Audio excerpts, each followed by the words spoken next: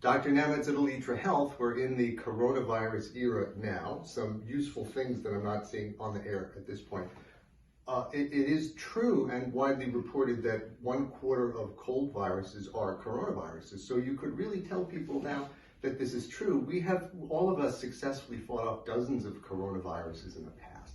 And so I'm not looking forward to getting it, but now there's a virus in the family, there's a virus in the classroom, and it's running through, and eventually all of us are going to get exposed. And there's real usefulness to reducing volume of exposure. As a doctor, I will rarely get colds when I'm interacting with patients, even when they have them cold, because I'm with them for a short period of time, and they may exhale some virus particles into the air, but your immune system can manage a few hundred, a few thousand.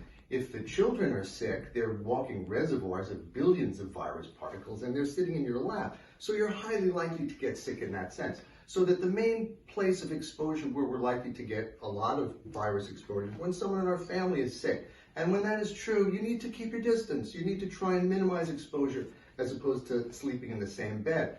But then the way in the rest of your life, I'm going to tell you the secret that will prevent 80 to 90% of exposure to these types of viruses. And this is the secret how doctors learn not to get colds even though you're taking care of patients. Are you ready for the secret? This is it. You'll never forget this. And it's, your hands cannot touch your face, okay? If someone sneezes into their hands, opens a door, you open the door behind that, the virus causes no harm whatsoever when it's sitting on your hands. It can just live there, that's fine.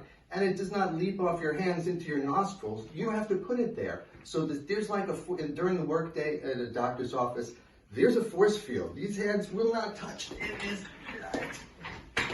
It can't, it's like that. The average board meeting where people are sitting around a table for 1 hour, do you know the number of times people touch their face on average in 1 hour? 300. So